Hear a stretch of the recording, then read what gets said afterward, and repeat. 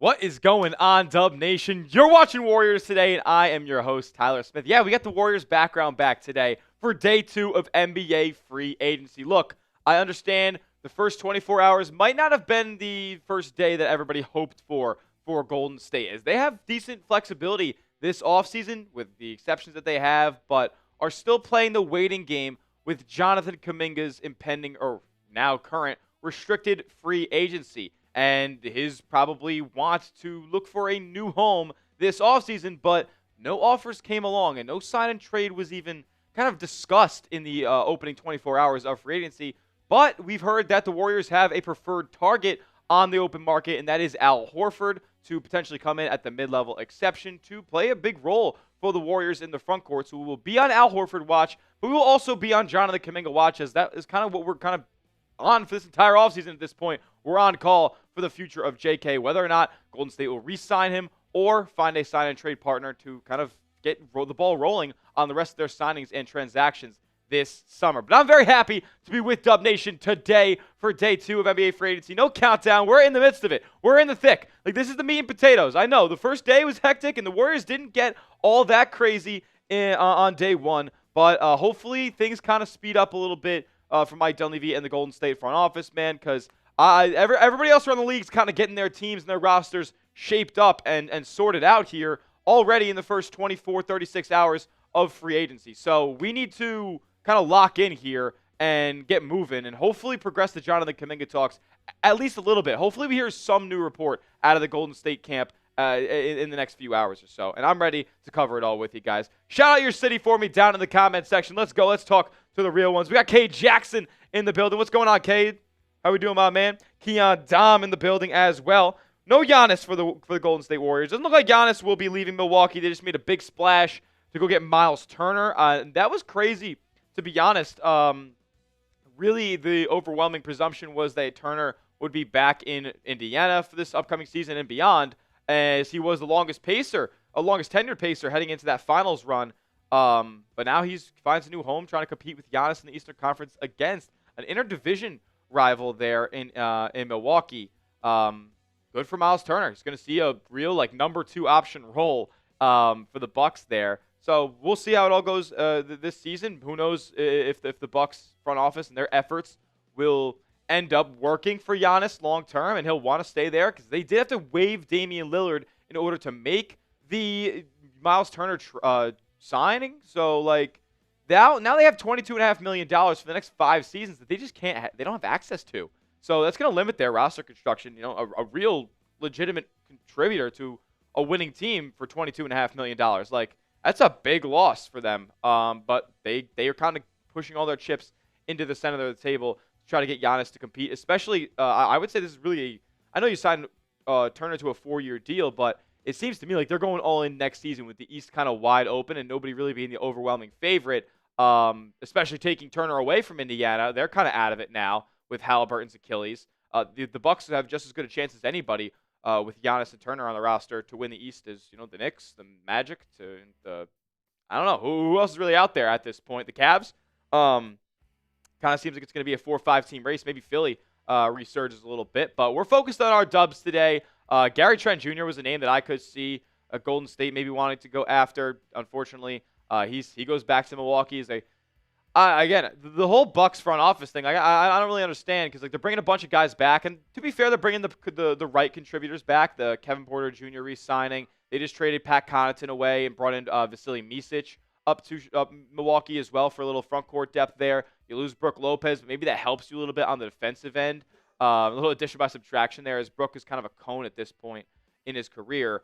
And then you bring back Bobby Portis, who's a winner as well. Look, tough guy on the floor. You're gonna need that, and he's a shot maker. So the Bucks are doing all right for themselves, but we shall see. We're concerned about our dubs right now. And if you love your Golden State Warriors, go down below and hit that thumbs up icon like today's stream. I'm trying to get to 100 likes ASAP, no Rocky. We can't talk anything about the dubs. We talk a little bit other NBA teams, what the Bucks have been doing today, as they have been major players. But go down below and hit that thumbs up icon. We got to get to 100 likes, Reed. So let's do a thing where let's get to 100 likes. We are 76 away. We got 213 people in here. My boss has said we got to get to 50% like rate So go down below, hit that thumbs up icon, and type me when you do, because I'll be giving shout-outs to the real ones in the chat who are here on day 2 of free agency, when it's really a lot of mid-level deals and vet minimum contracts getting signed. Like, you guys are here because you're Warriors sickos, just like I am. And I hope we start making some moves soon, and I hope we're all live together to break it down and discuss it. Hey, Jackson liked the video. GR, Guha, how we doing, my man? He liked the video. Christopher Rivero liked the video. Let's go, let's go. We're 60 away. 58 away. Come on. Come on. I'll start repping Warriors numbers once we get this a little bit lower. I don't know if anybody wearing 58 these days. But here we go. Alfonso liked the video. Enron liked the video. ET Cards is in Orlando. Shout out to you, bro. Fernando, he hit the like button. Ryan Wong liked the video. Let's go, let's go. Jamel says, I hit that. Let's go, let's go. Mr. ABCD liked it. Michael Liu, as well as Shamal Talks, liked the video. David Page, Taylor Bell, how is everybody doing today? Shout out to my guy Reed on the 1s and 2s. He's hanging out with us once again as he was here on our Celtics and Warriors simulcast today. But I decided to go full dub nation this afternoon, breaking all the free agency moves down with the real ones. Who are rooting for the Golden State Warriors, man, who need to make some moves here. The Celtics, they're not going to be competitive next year. They might be going into more of a tank mode than people originally had speculated. And the Warriors, they're going to try to compete in the Western Conference. A lot of teams got better yesterday. Golden State kind of stood pat, as we have all become accustomed to. Hopefully, Dunleavy starts working the phones, and we can get some movement here over the next few hours. Guha saying, is QP going to start next year? I would say...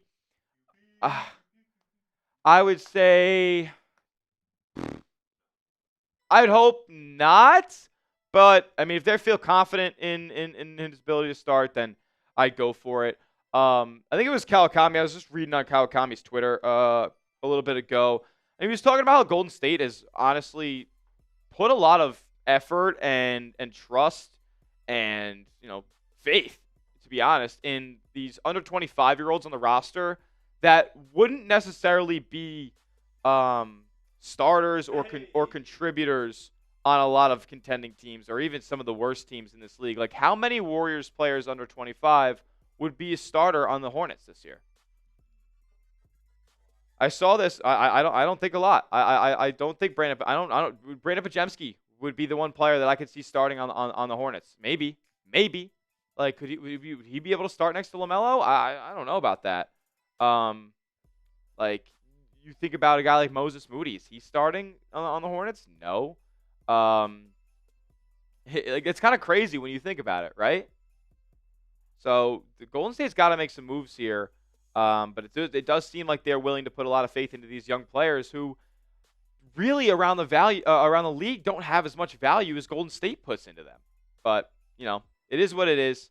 You got to deal with the hand that Steph Curry is being dealt here if you're a Warriors fan, and unfortunately it's not a great one. And you can all thank Joe Lacob for that. Mike Dunleavy's only been in this job for 2 years, and I think he's made some really solid moves. The big swing the Warriors are making, obviously, is getting Jimmy Butler. That already happened. It's time to work around the margins. Hopefully we can find a Kuminga sign and trade partner soon. Omar, what's going on, my man? $10 super chat. How we doing? Good to see you rocking and rolling with us early and often on today's stream. Says, brother, can you tell the chat that it's impossible to get Giannis, even if you requested it? What players and what other teams are going to be involved? That's a 4 to 5 team trade, which is unheard of. Well, I'd say that a 4 to 5 team trade isn't necessarily unheard of anymore. I mean, we saw the Jimmy Butler trade was a 4-team trade. And with the financial constraints around the league, teams are going to have to get involved in deals in order for them to go down between two teams at the crux of it all, right? You just saw the Brooklyn Nets get involved and get a first-round pick out of getting involved in the Celtics Kristaps Porzingis trade to Atlanta, and they've taken on the Terrence Mann contract. So, more teams have to be involved. Like, there's more multi-team trades these days than ever. So that's not the impossible part. But the impossible part is actually getting Giannis. Like, 1, Milwaukee's not giving him away. 2, he hasn't requested out. There is a report from Chris Haynes, who is close to Giannis, that he is not happy with the waiving of Damian Lillard. So we'll see how it all transpires, but the Bucks are doing they are trying their hardest. I don't know if they're doing their best, but they're trying their hardest to retool their roster around Giannis in order to be competitive and hopefully a contender in the Eastern Conference next year. And then this trade talk will kind of quiet down a little bit. But yeah, in the sense of him going to the Warriors, what could Golden State possibly give to Milwaukee that would be worthy of them taking back for Giannis? Not maybe like there's nothing. It doesn't even make sense to speculate the assets that Golden State would give away because one, to get the salary, it's Draymond at least, and then I don't even know how you get there with Draymond. It's Draymond and like 4 players at least.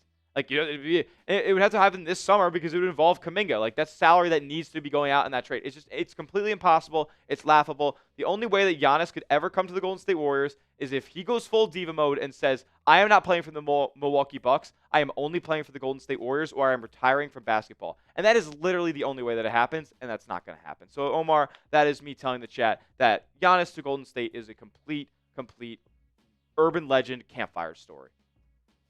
That's that. It's fake. Finito. Fabricated. 12 likes away from 100 likes. If you like that little putting you guys down about Giannis coming to Golden State, hit the like button. Because sometimes fans need a little bit of a dose of reality, man. Sometimes you just need a little bit of a dose of reality. Every $5 super chat that you guys send in today, and Omar obviously sent it a 10. He wanted to talk about Giannis. If you send in a $5 super chat, though, we will talk about your player. $ next to the chat box to contribute and support today's show. It's like sending a cash tip to us. If you love the content and you want to see me improve the content here, because whatever you guys donate goes right back into the channel. We can bring you guys more Warriors content. We'll get more help, more resources around the channel. If you guys want to support it, $ next to the chat box. $5 super chat, you name a player. We'll talk about him. We'll talk about his fit on Golden State potentially as well. We'll have a good time, having a conversation today, but I'll obviously be reading the chat as well. Just can't answer everybody's chat. So if you want to guarantee yourself your question answered, do it by sending a super chat on today's stream.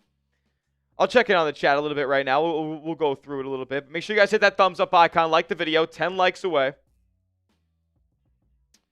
Jonathan Kuminga and post need minutes. I'm sorry, guys. If you're gonna be watching this stream today, you have to understand that I operate under the idea that Jonathan Kuminga is not a good fit on this Golden State Warriors basketball team, and he needs to go. And there needs to be some sort of separation between the two this offseason. I don't need trade rumors and roster dysfunction and coach-player butting heads, locker room issues. I really don't need any of that in the opening months of the NBA season. There's a finite number of games that Steph Curry has left in his basketball career, and I want that to kind of be a consistent brand of basketball with a vision.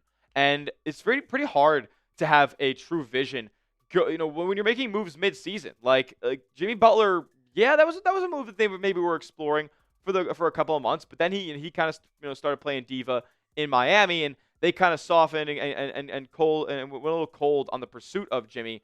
And that wasn't really part of their vision. They thought they could go get a big fish, and they thought that was going to be Kevin Durant, but that was shut down by KD himself. Then they pivoted to Jimmy, and that was a Mike Dunleavy move, and that's where they are now. That's the cards they have to play with are in front of them.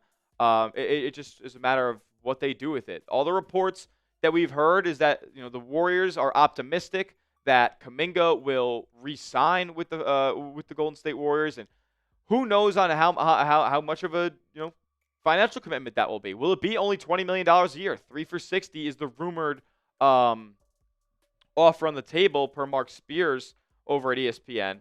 So we'll see if he ends up just taking that, because there is not a big market for Jonathan Kuminga right now. There just isn't. If you would have had a big deal, appreciate that, bro. If a big deal was coming for Jonathan Kuminga, then he would have got it yesterday. Like somebody would have offered him big bread yesterday, and he would have taken the money. But a lot of teams in the league don't have cap space, and there would have already had to be a sign. I don't think we're going to see as much value back for Kuminga as people are anticipating. I was optimistic that Kobe White could be a target, but the Bulls just drafted Noah Asenge, who's also a sort of project wing that fits the Jonathan Kuminga athletic profile. So I don't know if he'll be a target by Chicago at this point. Anthony Slater did report that the Heat and the Bulls remain the two teams most engaged on a Jonathan Kuminga, or would have most interest in a Kuminga sign and trade. The Heat, though, I would really like to get a third team involved in that, because I don't really love the assets the Heat have to throw back. Like, You're not getting Andrew Wiggins back to Golden State. You're just not. The report in Slater's article said it's very unlikely that that happens. So, I don't know. Are you going to get back Kyle Anderson, who you traded away for Jimmy Butler, plus Jaime Jaquez? Thank you, buddy. I don't know. The market is not big for Kuminga, and people killed me in the comment section. Like, if the rest of the NBA doesn't think a player is worthy of a big contract, then why do we as fans rally around him being this untapped future all-star level player?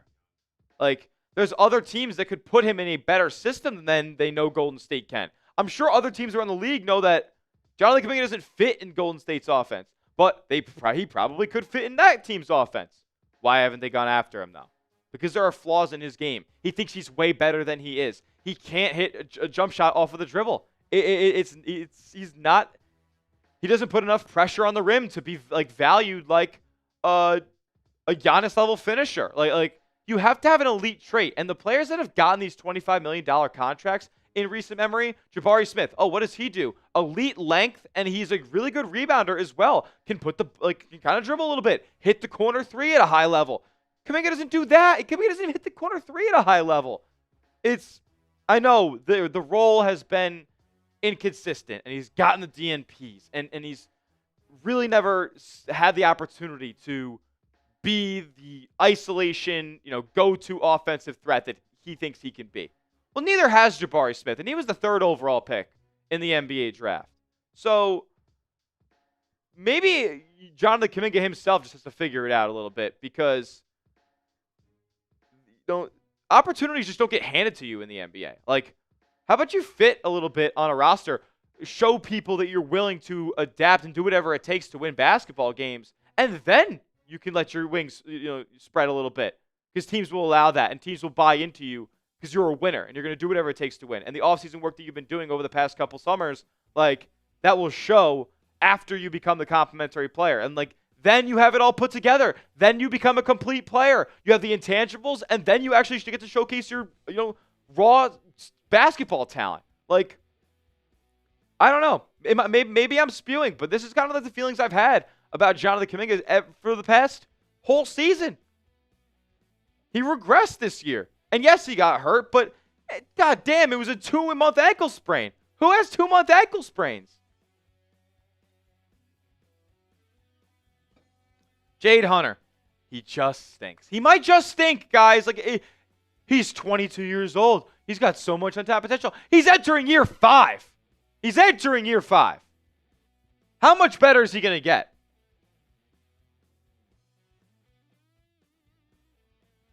There's flaws in just about every player's game. Okay, so what's the elite trait in Jonathan Kuminga's game? Can somebody... All right, that's my new question to the chat right now. What is the elite trait in Jonathan Kuminga's game?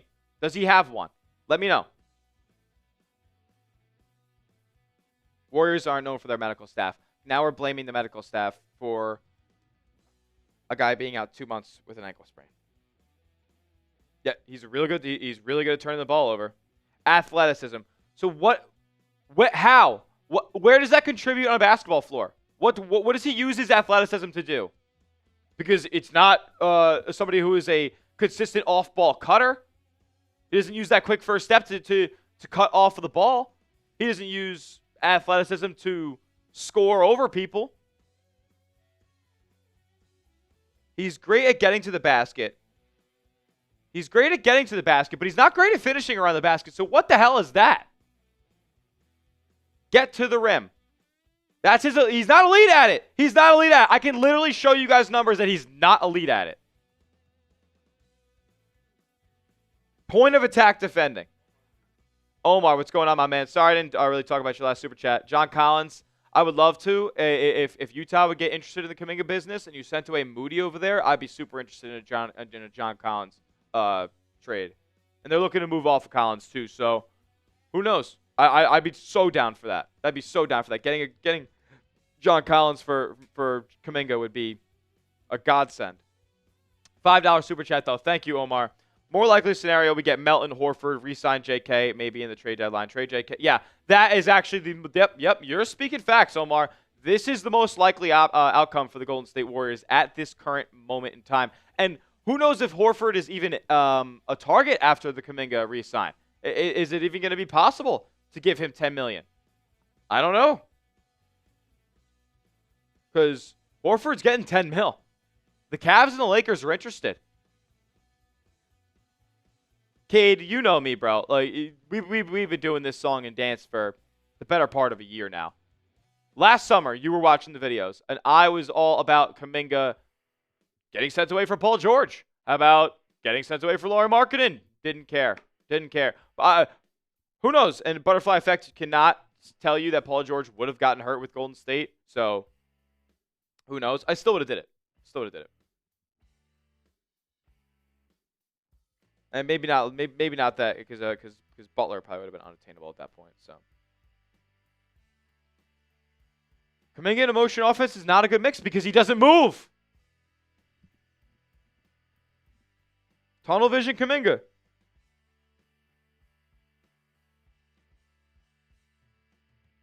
I mean, the reason, Anthony Ruiz. Absolutely. The reason he got the DNPs is because he didn't pass to a top 10 player that's ever walked the fucking planet. Steve Kerr, who, for better or for worse, coaches the Olympics, has 4 rings, 6 as a player. Like, he knows how to win basketball games, for better or for worse. And he saw that a player on the team was not contributing to that. And this guy's making $70 million a year. Holy shit.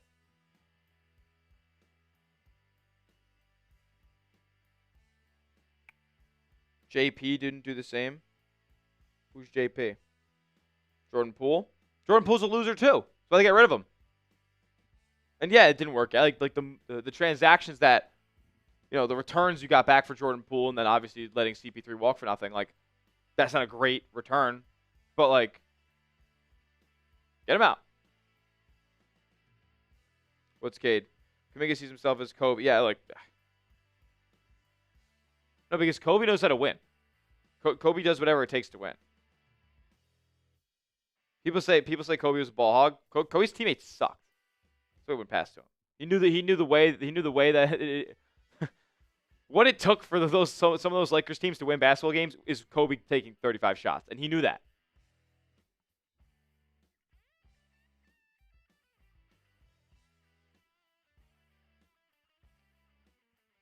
There's fans that now that know more about basketball than Kerr here, apparently. Yeah, I mean, like, the Kuminga stands are just insane. I don't understand it. Curry plays no D. That's, dude. You don't watch. It's okay. If you don't watch the games on a consistent basis, it's okay. Because Steph Curry is a genuinely decent defender. At by the way, 37 years old. Yeah. So he's these past few seasons at some of the most physically strong, levels he's ever been at in his career. He's been a really good team defender over the past couple seasons, man. Like, for a 37-year-old moving like that and staying in front of... Yeah, by the way, he's staying in front of kids. Yeah, he's staying in front of kids, and he's also, like, he's sprinting the entire offensive possession around the court. Like, he's running in circles, but he's still committing on the defensive end, which, by the way, Jonathan Kuminga doesn't always do. So if you guys want to talk about athleticism, how about a player that relies literally on everything but athleticism in his game, and Steph, still being a committed team defender? While Jonathan Kuminga has some of the worst defensive IQ off of the ball I've ever seen in my life. Does everybody remember on Christmas Day when Jonathan Kuminga was guarding Rui Hachimura out of bounds on the final possession? Wiggins shading Austin Reeves to the baseline. Jonathan Kuminga, with his back turned, is out of bounds. Both feet. Both feet are out of bounds. Or maybe he's not fully out of bounds. But at least Rui Hachimura has both feet and there's a gap of space onto the court. Out of bounds. Kuminga's guarding him and not looking at the player with the ball in his hands. Not seeing ball, not seeing man. Completely disengaged in the final possession. Does anybody remember that? Because it happened. I have a tweet about it. Banged. He's 22 years old. He's going into year 5, Steve. He's going into year 5. I know he didn't play for the first couple years, really. He's going into year 5. He's the 7th overall pick.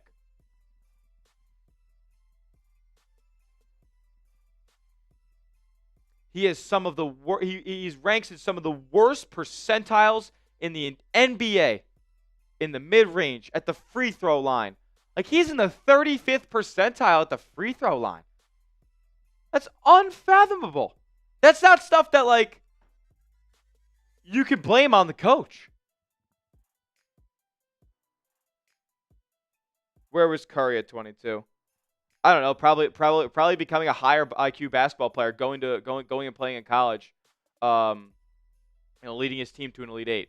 Meanwhile, Jonathan Kuminga played for G League Ignite. By the way, how's that turned out for G League Ignite players? Jonathan Kuminga, Jalen Green. Nobody wanted Jalen Green. The Rockets, who are now a winning basketball team, shipped off Jalen Green, a loser, because he played at the G League Ignite, didn't learn how to play basketball. Jonathan Kuminga, G League Ignite, didn't learn how to play basketball. Look, it might not even be his fault. Unfortunately, maybe that's just the ego that program, or whatever you could call it, instilled in some of these guys who got drafted really highly out of the G League Ignite. But look, man, clearly they have not lived up to the hype. Jaylen Brown is my comp. Patience wins. The dynasty is over. Do you know where Jaylen Brown was heading into year 5? He was already an all-star. And that might not be 100% true. Jaylen Brown heading into year 5.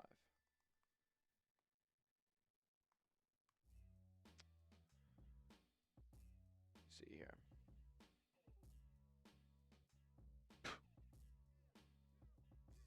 Jaylen Brown in year 4 averaged 20 points on 38% from 3. That's on 6 attempts, by the way. Jonathan Kuminga has never had 6 attempts from 3 in his career.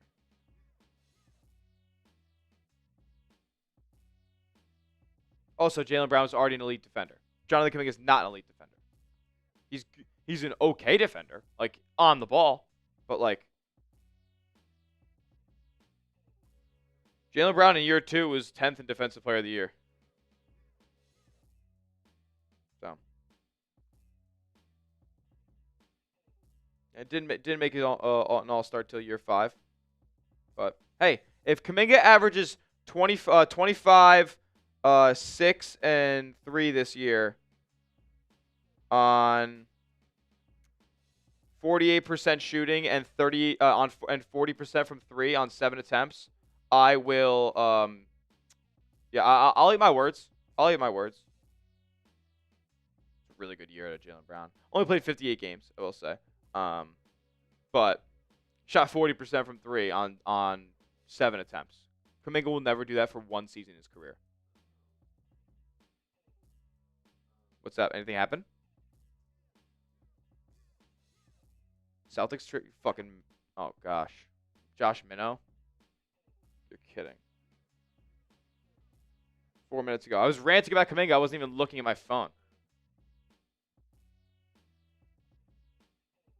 Bro, Josh Minott to the Celtics. 2-year, $5 million deal. He sucks.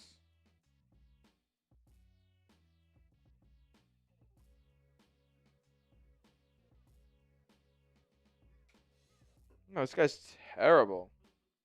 What do I do here? Do we just do a Celtics cut while we're on Warriors Live? Right.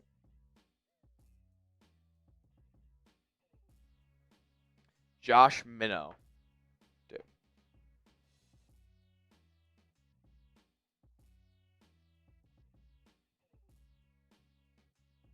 What's Minott?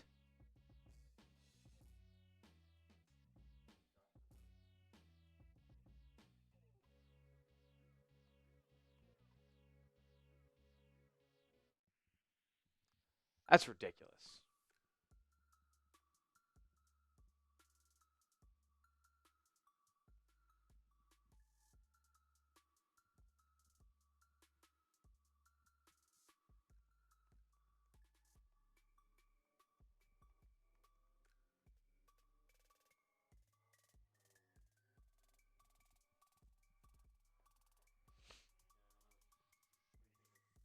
I don't know. Let me see.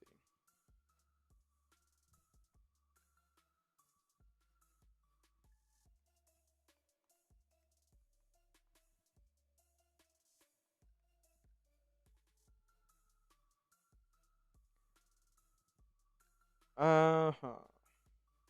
Sorry, y'all. I do also cover the Boston Celtics here at Chat Sports. I just want to kind of see what's going to happen here.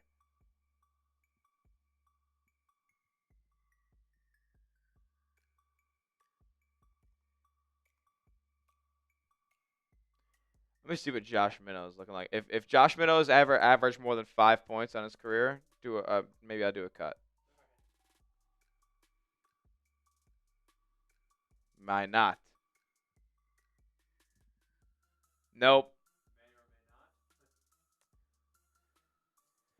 Oof. My goodness. This guy might be worse than Garza. I want to see. The Luka Garza, Josh Minott, 2-player comp is going to go crazy. Yeah, Luka Garza way better than Josh Minott. So like that is okay.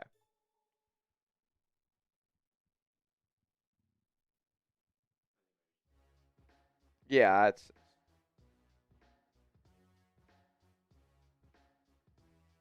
we're still talking Warriors on here. I mean, maybe I do a short. I don't know. Maybe I'll do a short. Yeah. Maybe you take over for a second. I do a short.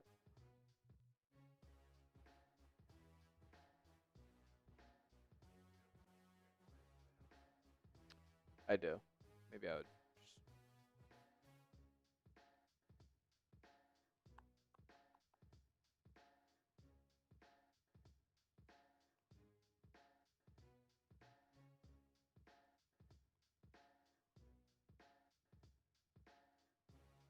Yeah.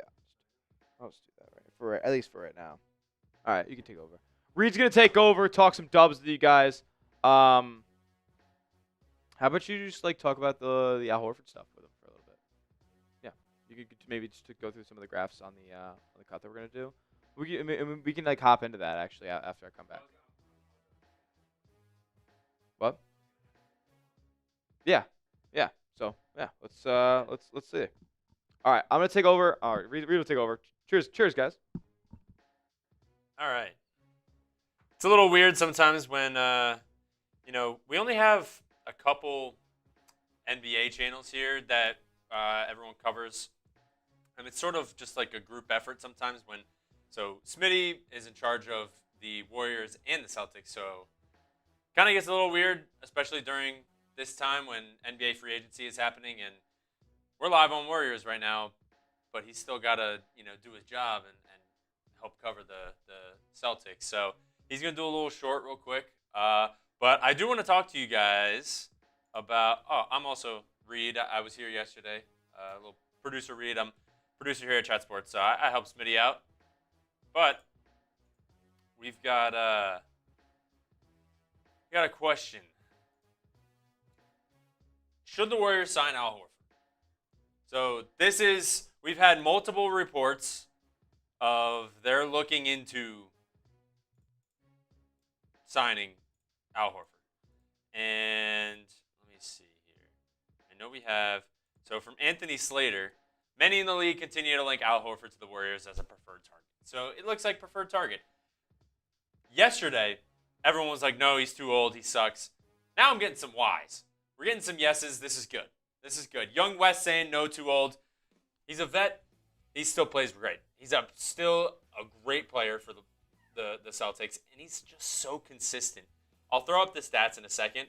We got, let's see, Lepantinator saying no. Steve Livingston saying yes. Johnny saying because everyone signed. Austin Reeves to the Warriors? No. Get Lillard. Yeah. Not happening, unfortunately. He's going to be 36 next time he plays basketball. God is King saying, yes, please. He can mentor QP. It's a good point. This guy Al Horford is a great, great basketball player, and he's just a great guy in general, too. He knows how to control a locker room. He's a good motor. He's just a good motor and knows what to do on the basketball floor and definitely could help QP with that as well. Get Bol. Man, I thought Bol was going to be so good. I thought Bol was what Wemby is. You want to keep talking about Kuminga? Al Horford, maybe. Oh, Young West saying Mo Wagner. I like Mo Wagner. He's a good player. Pods is definitely horrible from Ball Boy, but he could be better. Yeah, I agree. Johnny's saying talk about Pods and how bad he is, please. I mean, when it comes down to it, in my eyes, he's a backup point guard. That's it. He's not even close to what Peyton Pritchard is as a six man coming off the bench. So, yeah, I don't know. Should we sign Russell Westbrook from Omar Khan? I don't know, man. I love Russ, but he's getting old. He's getting very inconsistent as well. So I don't know. He was good from the corner three last year, but I don't know. Here, let me pop up some stats for Al Horford. You guys can kind of check out. By the way, if you're just tuning in, I'm producer Reed. Smitty is covering the news that happened with the Celtics real quick. And if you guys didn't know, he covers both Warriors and Celtics. So bear with us as NBA free agency is a little weird when stuff like that happens when you got to cover another team. So just taking over and holding it down for him until he comes back. Let me show you some Al Horford stats because it's not bad, man. He's probably one of the most consistent, like, just gritty players I've seen. Here we go. I mean, last year, the thing that jumps out to me for you guys, and it should be as well, he's over 60 games for the last 4 seasons. You don't see that a lot. And when you talk about him being old, yeah, maybe he's getting old, but he's still consistently playing. 60 games played in 2025. 65 in 2023, 2024. 63 in 2023. 69. Very nice. So, I mean, that's the biggest thing when you talk about trying to sign someone who, yes, is maybe old, but there's so much consistency. 9 points a game in 2024, 2025. 8.6, 9.9, 10. There's been no significant drop-off in the entire, like he shot 2 years ago shooting 41, almost 42% from 3. Ball Boy saying, I heard his defense is horrendous. Okay. It's not elite Rudy Gobert type defense where he's just all over the court and creating havoc. But like I said, he's a good motor. He's not going to lock up, Anthony Edwards if he needs to and stuff like that. But he's going to give you a consistent, average defensive play. Yes, maybe a couple years ago he was better defensively. But that's what happens when you get older. But that's what, you're signing him on a lower contract after losing Kevon Looney, and you need a stretch forward. He's a great option. He's the best center option in NBA free agency right now. I don't know. I think yes. I'll ask the question again. What you guys think if you want him, but I think he's the best option right now. When you look at everything that's possible. Ball Boy saying I'd love to get Big Al. Yeah. The thing too is he's just such a good veteran presence. He's a great guy. All right, what else are we saying in the chat here?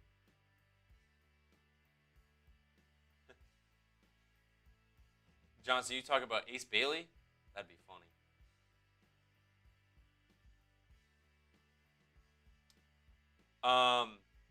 Slashing got next. Ayton. You could possibly say he's better than Al Horford in terms of options right now for centers. I think right now I value above 35% three-point shooter when you're looking for a stretch 4, a stretch 5, and stretch big in general. If you can, the amount of times I've been like, oh, Al Horford gets it wide open for 3, money every time. Like if you're playing against Al Horford and he gets a 3, I'm expecting it to go in.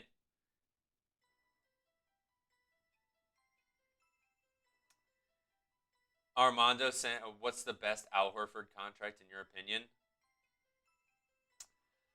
1 year, $10 million.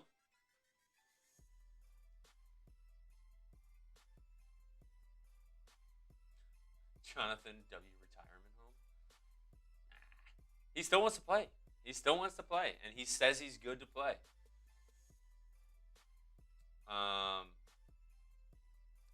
Post saying, I wonder how many people hating on Paz just because he took Clay's starting position. Yeah, well, I'm not a Warriors fan. I'm not the biggest NBA fan. Like I love watching the NBA, but I'm more an NFL guy. But seeing Clay leave, it just felt weird. I do not. Okay. Ooh, Ballboy, that's a good question. When do you think we will get Kuminga news? Not soon. I think that's the realistic question, is not soon. Answer. Realistic target to start in the shooting guard spot?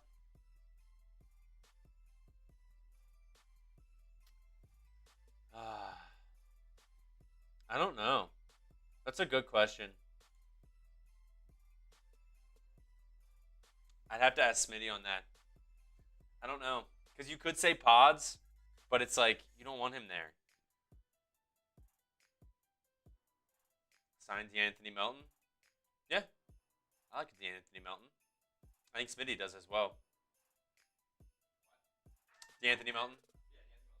Yeah.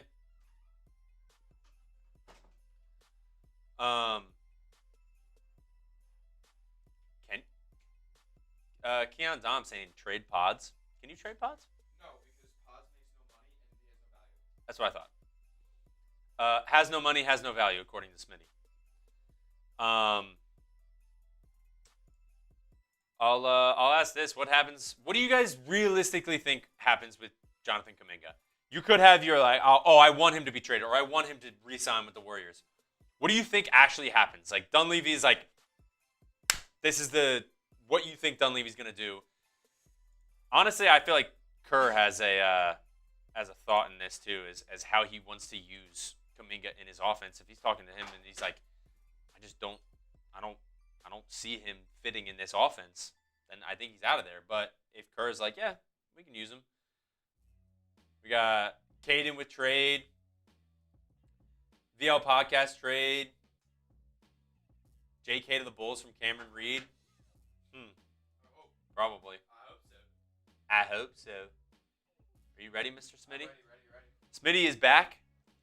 Ready for you are online. Alrighty. If you guys haven't yet, make sure you go down below, hit that thumbs up icon. Let's get to 200 likes real quick. Let's get to 200 likes. Let's get the people back in here. I know I was gone for a couple seconds, but Celtics signed a bum, so I gotta cover it. So hit that thumbs up icon. Let's try to get to 200 likes right here. We're 53 away. Go down below, hit that thumbs up icon. Type me when you do, and I'll give a shout outs. I'll give shout outs to those who've already liked the video as well.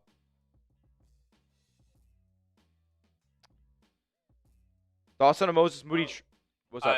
There was one question that I wanted you to answer. Sure, what's up? Realistic shooting guard starter.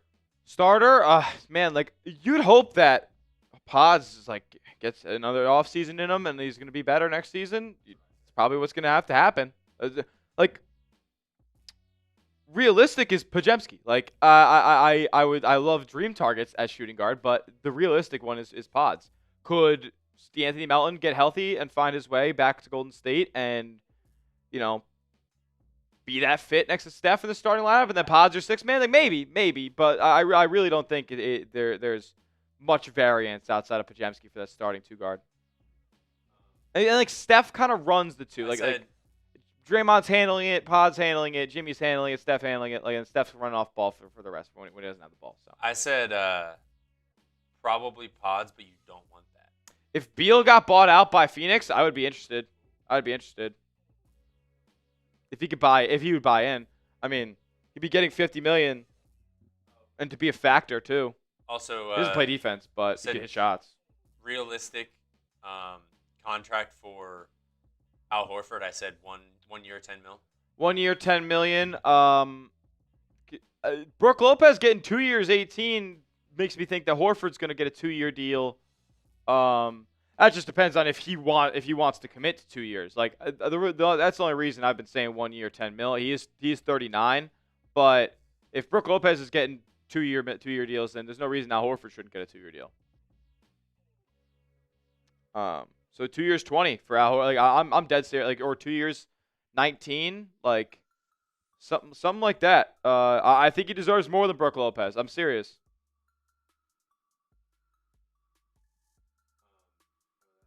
If he doesn't, that's a great value. If he doesn't, it's an unbelievable value, by the way. We're almost at 200 likes. We are 47 likes away. Hit that thumbs up icon. Type me down in the chat. Leonta Cash liked the video. Taylor W liked the video. Lore liked it. Jamarian West liked it. Omar Khan liked it. Keon Dom liked the video. Let's go. Shout out to y'all. Michelle liked the video. Armando. Shout out to you guys. And look at that. The audience is building back up. 42 likes away from 200. Got to get at least half the audience to hit that like button, man. I'm not asking for everybody. Just would appreciate you guys if you are supporting the stream today. If you're liking the content that you see on screen, then consider hitting the like button, man. It helps me out a ton. We want to be the biggest NBA free agency stream out there right now. That's the goal. We might attain it, we might not. But we need everybody to do their part. Let's go. 26 away.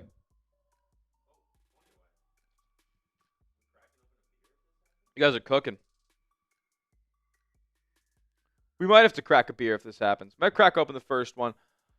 I'll say this. If we get a $20 super chat in the next 5 minutes, might do a shotgun race.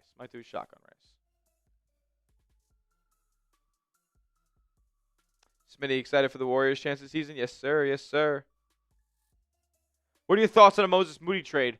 I'm not so sure like what you could get back for Moses Moody straight up, but if the Warriors are willing to attach first-round picks, like I'm looking to make swings. If you can find a good value guy and on a cheap deal that you really think could be a contributor, and you attach a couple of future firsts, like Golden State should go all in. Like they believe in this young talent they have on the roster, so why not mortgage the future draft capital to believe in that talent now and later, and go get a couple of other winning contributors. Moses Moody for PJ Washington. Salaries don't match up, I don't think. I'm not sure if Golden State could take the money back in addition. Perhaps they could. I'll try the trade right now. I don't think they can happen straight up. Maybe Golden State has to throw in like a Guy Santos or somebody like that. Warriors and Mavs. Moody for Washington straight up. It does work. Moody for Washington straight up does work. I mean, I would like it. I think it'd be a good move. I don't know if Dallas would do that. I don't think they would. You have to probably throw in like I don't know though. Washington's on expiring. Just have to throw in a couple seconds.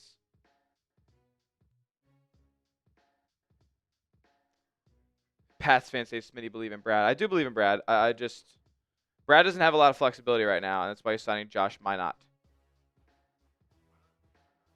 Why not Minott?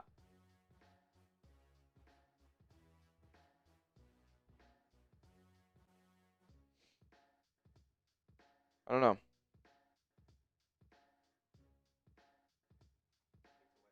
Six likes away from 200. Please, please, please go down below. Hit that like button. And we're 4 minutes away from that deal being off the table. How you doing, Beast? Yep.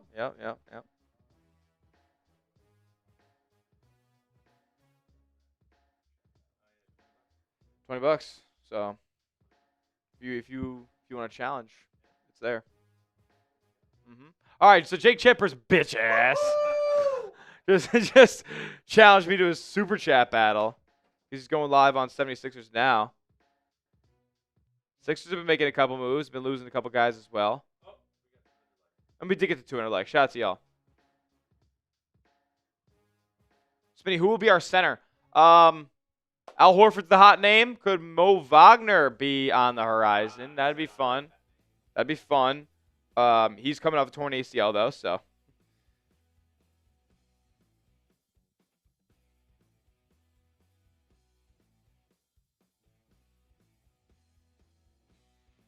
I'm reading more on this Josh Minott.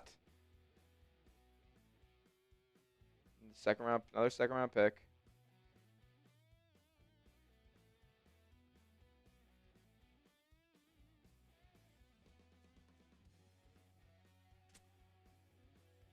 Huh. So, it puts the Celtics above the second apron now. So, more moves are coming for Boston.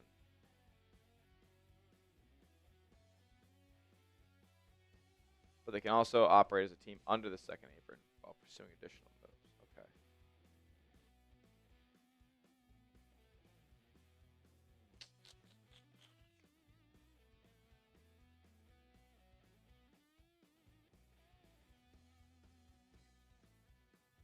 Interesting.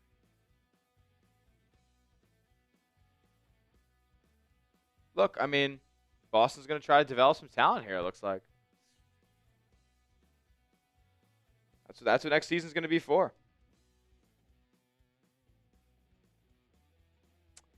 That's interesting.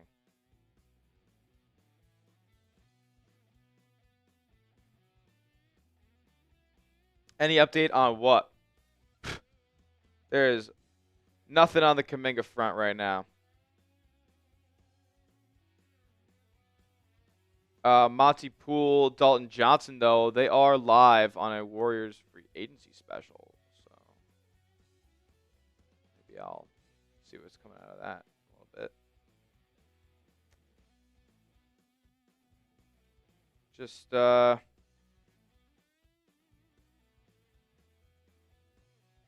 don't know, man.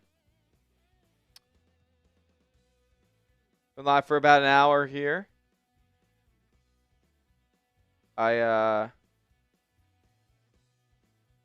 There's really, like, this Kuminga stuff is really holding up the rest of the Warriors offseason. Oh, we can't do that. Oh, that's okay.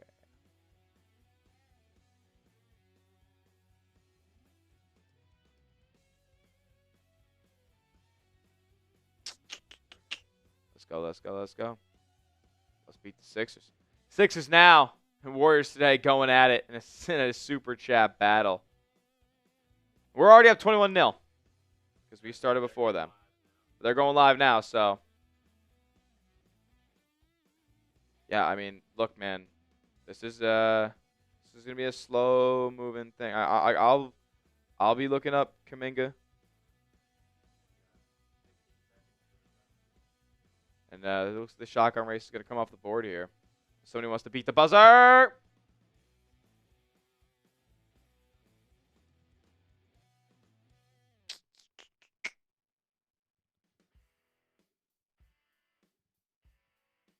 This is unfortunate, man. I'm just gonna look up Kaminga on Twitter and look at the latest tweets of everybody. That means everybody.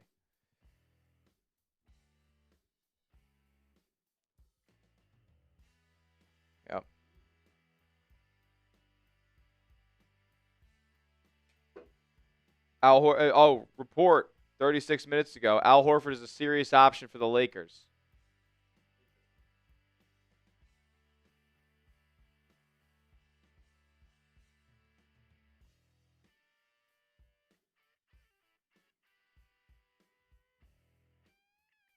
I don't know, man. The Heat are my thing is the Heat aren't doing they're gonna lose Duncan Robinson. So there's some money there that opens up for them to get involved in the Kaminga business. Now the reports are that they've cooled on Kaminga as of late. So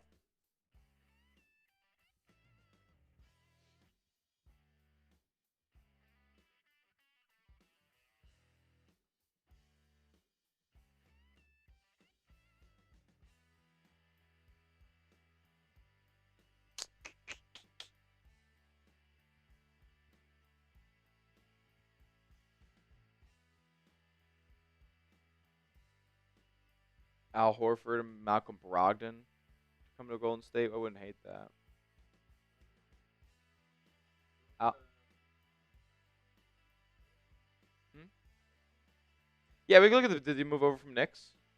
Yeah.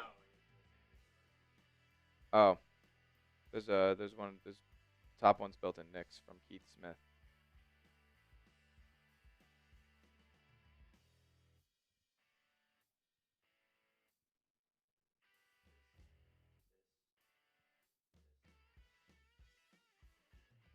Yeah, we can look at those. Yeah. We can take a look at the top 25 free. I think it was top 25 free agents left up on the board. Top 20 for the people out there. Obviously, Kuminga still leading the charge. Josh Giddey, restricted free agency, man. And you see Cam Thomas as well as Quentin Grimes. All four of those guys are restricted free agents. Deandre Ayton, he was waived, or I guess bought out by the Portland Trailblazers there. He clears waivers tomorrow. He can sign with the team, and it would presumably be the Lakers. But we'll see how it all works out there.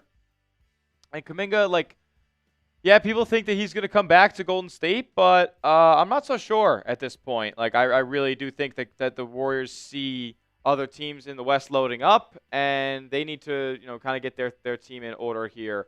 So we'll wait and see if a Kuminga sign and trade ever materializes. But Giddey's going to go back to Chicago. Quentin Grimes probably goes back to Philly, and Cam Thomas, I guess, would go back to Brooklyn. I don't see where else he would play or get a $20 million a year contract. And who knows if he even gets that at this point. The zero-way, the one-way scoring guards, the small scoring guards, they're not really getting paid this offseason. So we'll see what Cam Thomas's fate ends up being. At number 6, though, we'll go to Al Horford, who's a target for your Golden State Warriors. Also being targeted by the Lakers, the Cavs reportedly, and obviously the Boston Celtics would love to bring him back if they are able to. Chris Paul, not coming back to Golden State, so we don't have to worry about that. It's presumed that he will go to the Clippers, so we'll see if that ends up happening. Potentially a Suns return is in the cards as well. Schroder just signed 3-year, $45 million with the Kings, and we'll see if that ends up being expanded into a trade. Potentially Malik Monk trade talks were out there. But Schroeder's heading to Sacktown. Malcolm Brogdon still on the open market. I would like to see him come to Golden State. Honestly, if you did a big and you did a guard, then we can get the Malcolm Brogdon business. I wouldn't hate that. Mo Wagner coming off that torn ACL, he'd be much higher if healthy and probably already signed or maybe even accepted by the Magic on that team option. So I wouldn't mind him to Golden State at all. Move on to 11, Tre Mann, not interested at all. Scoring guard, CTE ball player. I'm not really interested. See, Westbrook is a different brand of CTE ball, but he's gonna, I believe.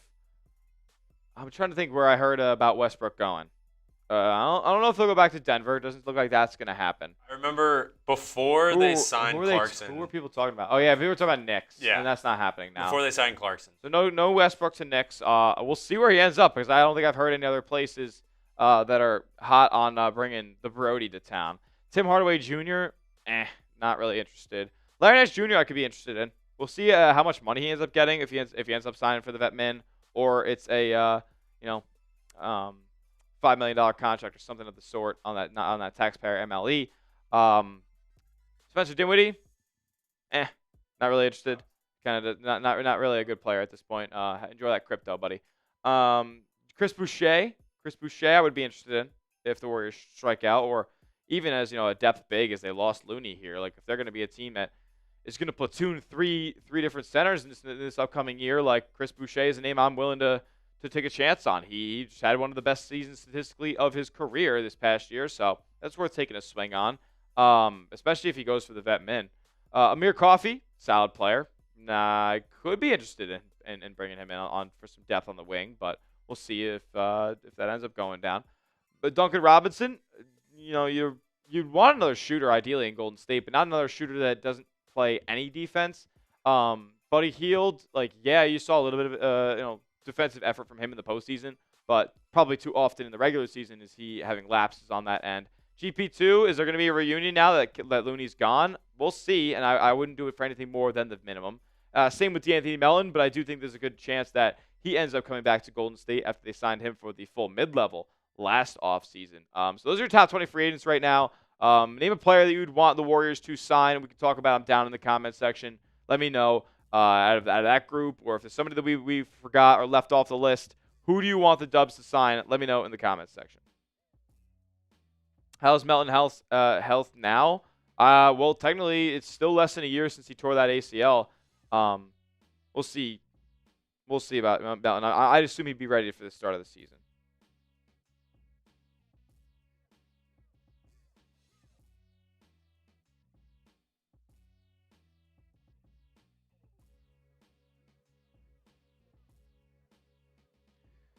I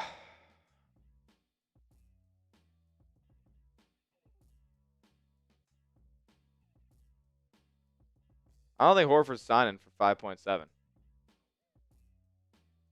Kevon Looney just got 8. Way better.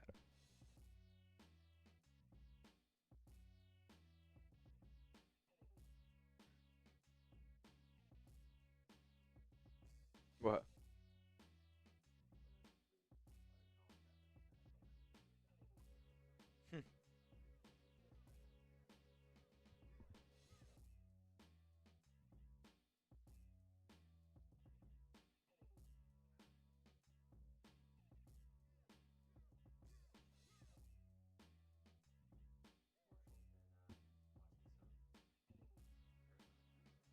Yeah.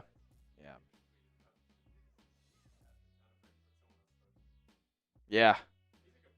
Yeah. Absolutely. Name a player you want the Warriors to sign down in the chat. Melton, cool with it.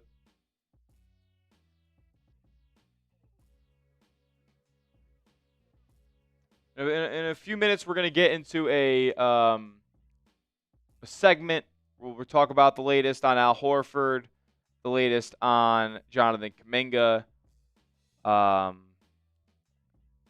then we'll hang out for a little bit and sign off.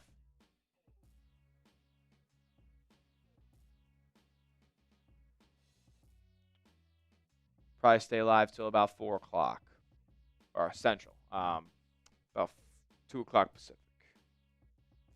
A little midday stream for the people on day 2 of free agency. We'll be live again tomorrow, potentially as well. Bryce Sensabaugh, is he even? I don't think he's a free agent. Ayton is a Laker? Yeah, I think so too. That's why I'm not really talking about DeAndre Ayton. I don't have any optimism that he's going to be Golden State. But now, Al Horford Wagner. being on the Lakers' radar makes that interesting. Yeah. Al Horford, if the Lakers don't want to wait for Ayton tomorrow, or potentially.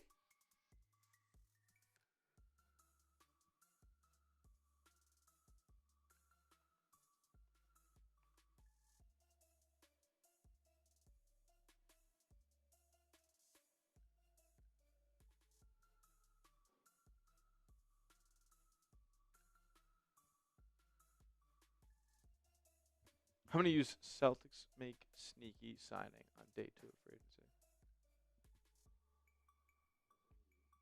No, I'm going to. I just think I'm going to whenever we do the we're gonna do a VOD after.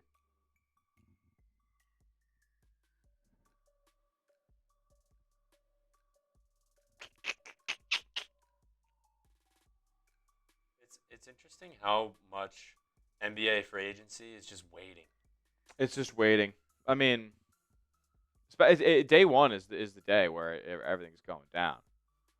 But you'd think the Warriors want to get a little bit of a move on here, man. The Bucks made a big move today. A couple of decent sized moves today.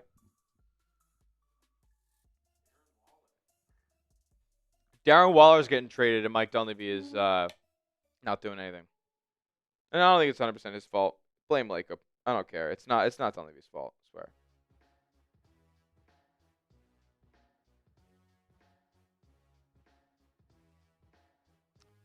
We have not done anything then, Deca. HR, no pickups yet for Golden State, man.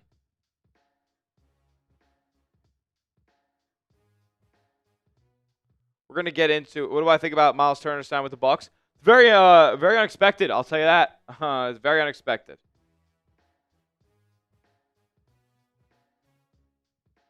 Can we get Vooch and Kobe from the Bulls? It's too much. Those two make a combined $32 million. Wouldn't be able to do that. Thoughts on the Nuggets trade? Nuggets made some great moves, man. You bring in a player you won a championship with in Bruce Brown. You trade for Jonas Valanciunas, who for the first time in a long time the Nuggets have a competent backup center behind Jokic. And you also make the trade for Cam Johnson, who's just more of a winning player than Michael Porter Jr., who you already won a ring with. Like, the Nuggets team today, you could argue is better than the team they won a title with. You could argue it. Cam Johnson's a really good basketball player. The Celtics will make a big move today, Pats fan. We'll see. Why not Minott? Dubs ain't making a move? Yeah, I doubt it. Dunleavy sleep. Done sleepy. I'm just kidding. It's not. It's Dunleavy's fault.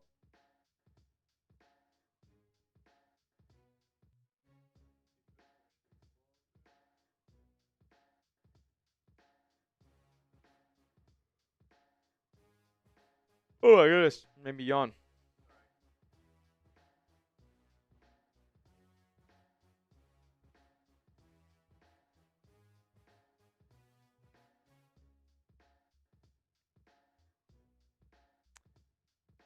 The Lakers.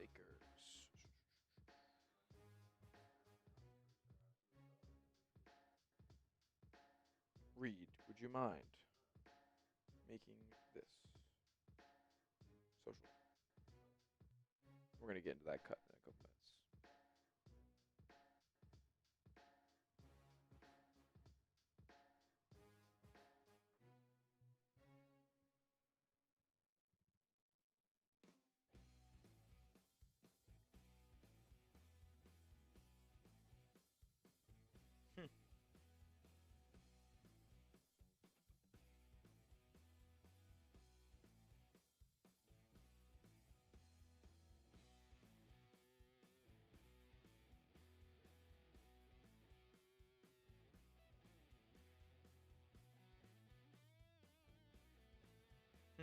That's a good point. Hold on. Maybe we should just. You don't have to make it a social. I'll just screenshot it. Oh, what was that? It's a quote tweet, and I want the quote tweet in there. Sorry.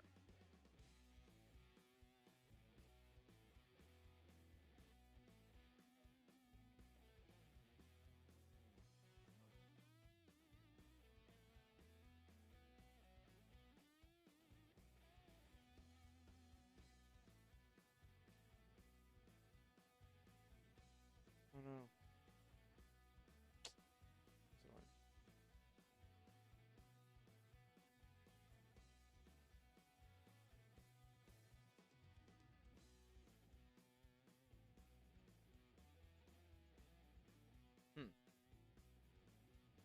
Interesting. I'll tell you what.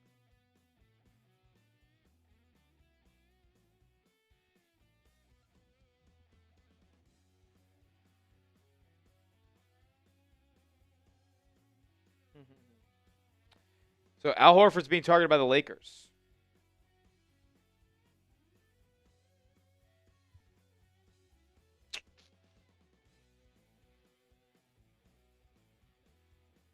Yeah.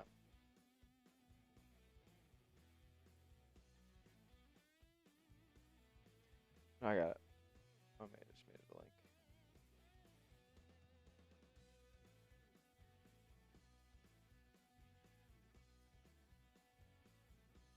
All right.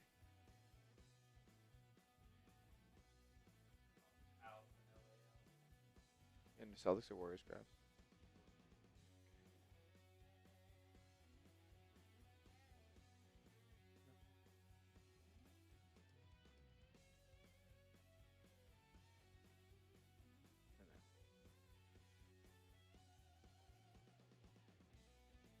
Bet.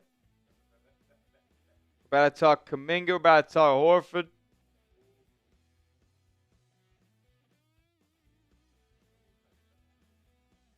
Yeah. It's fine. Copy's not even done yet, so.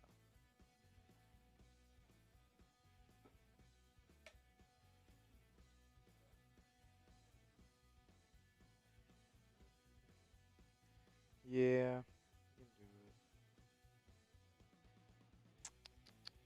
Nothing on the Warriors front yet, but we're going to talk about all the latest things that we've heard about Kuminga, Al Horford, all that jazz. While the Warriors are just posting videos about Alex Tui. I want to see what the Twitter replies are saying.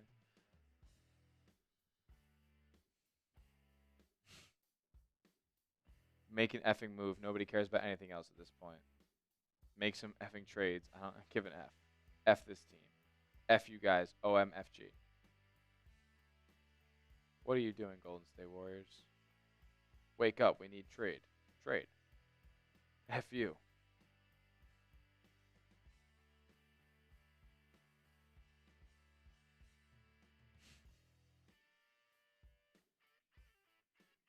That's funny.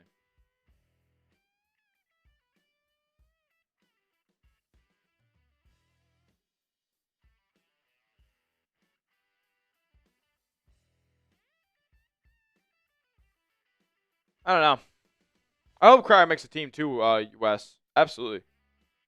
I'm a college hoops guy. LJ Cryer, he's a gamer. Absolute gamer.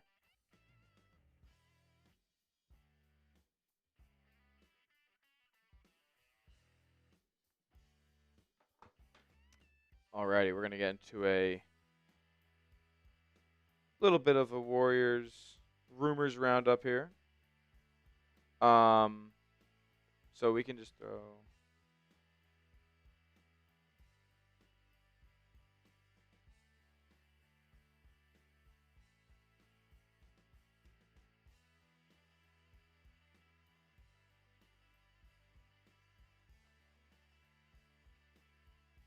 Matter of fact.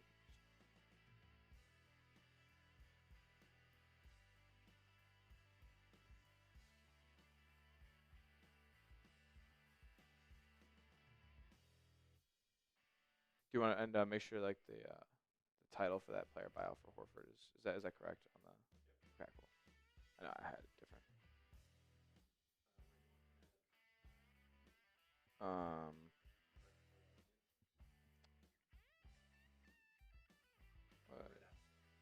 yeah, it's fine.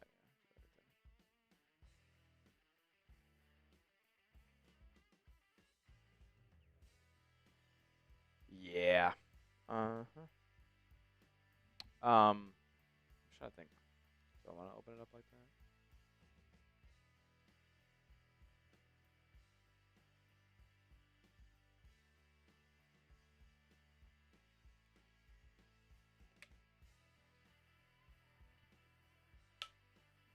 Who's going, big dog? Dubs is going all right, man. Yeah, we're doing it. Yeah. We get into a little cut. Yep, we're gonna talk Al Horford, Jonathan Kuminga, free agencies. Yeah. I don't know when they're gonna make a move. So Nothing. Nope. The Dubs. So we'll see if Horford ends up getting signed. I don't know if it'll be by the Warriors if Horford gets signed today. But it wouldn't be by the Celtics either. It would be by the Lake Show. Ugh. How you doing, man? Nice. Should be all right. Yes, sir. I sent the short to Durham about Celtics signing. Yeah. We'll see.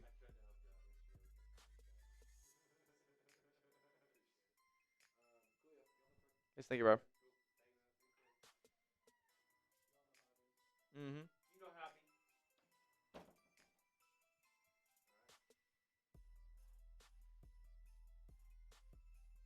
Alrighty. Do I want to open it up with this graphic? I think that's okay. Yeah. Alright.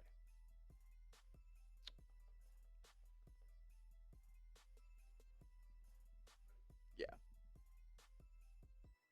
There is a big holdup with the Warriors free agency saga and any moves they can make during the 2025 NBA offseason. But right now, we know that they have a preferred target in free agency, and that comes with the 39-year-old Al Horford. I know many Warriors fans might not be that happy to see Golden State targeting Al Horford to fill their front court needs, but I'm here to tell you that he's a very, very good player, but he's got a lot of interest right now. Golden State, who knows if they're actually in the driver's seat to acquire him. Anthony Slater saying this as you're watching Warriors Today by Chat Sports. I am your host, Tyler Smith. Many in the league continue to link Al Horford to the Warriors as a preferred target. A couple of different stretch bigs have gone by the wayside for Golden State as they have yet to make a move in free agency. Brook Lopez, gone. Looney steps away to go to the New Orleans Pelicans. And now Al Horford looks like the maybe top free agent center outside of DeAndre Ayton left on the market. Ayton will not hit the waivers until Wednesday. And Michael Scotto of Hoopsite also reported there were multiple Al Horford suitors out there. Now, the New York Knicks, they did make a deal and sign Gershon Yabusele earlier today. Could that take them out of the running for a guy like Horford? I think I would trend more towards yes than no on that one. They don't have much room to make another signing of Horford's caliber. Denver, they just went out and made a trade for Jonas Valanciunas today. Now, that doesn't affect their cap flexibility all too much, so they could potentially still go for Horford, but now they have a capable backup center behind Nikola Jokic. I don't expect them to be at the forefront of the Horford sweepstakes. The Cleveland Cavaliers have been seen as a dark horse candidate to acquire him, as they probably need another big to platoon in there with Jared Allen and Evan Mobley. I think Horford would fit very well in Cleveland. And then the Los Angeles Lakers, who now look like a potential destination for Al Horford, as they're pursuing DeAndre Ayton, but it looks like they could be exploring additional front court options as they are as thin as any team in the NBA at the center spot. Sam Amick and Dan Wojcicki over at The Athletic. Dan Wojcicki's the new Lakers reporter, and Sam Amick reports nationally about the NBA. Wojcicki said that sources tell me in addition to DeAndre Ayton, the Lakers are still evaluating other options in free agency and via trade. Obviously, a crucial decision for the Lakers. Would expect an answer in the upcoming days. Amick then quoting that tweet saying, sources tell me and Dan Wojcicki that Al Horford is also under serious consideration by the Lakers, in addition to the Warriors.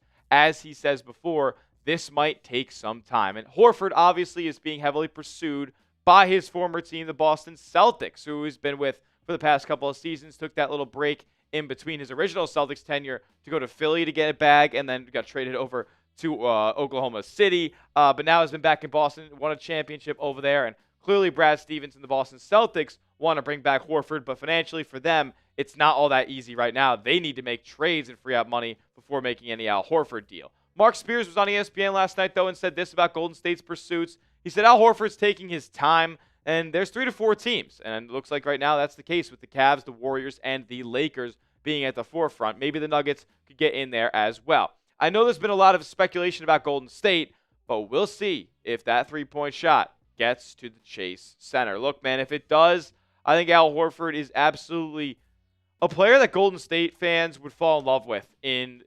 however long he would be there. I know he's 39 years old, but he's been incredibly effective and consistent each of the last 4 seasons, man. This is a player who, was better metrics-wise, on the floor with the Boston Celtics starters than even Kristaps Porzingis was, who everybody thought was an absolute cheat code for that championship Celtics run.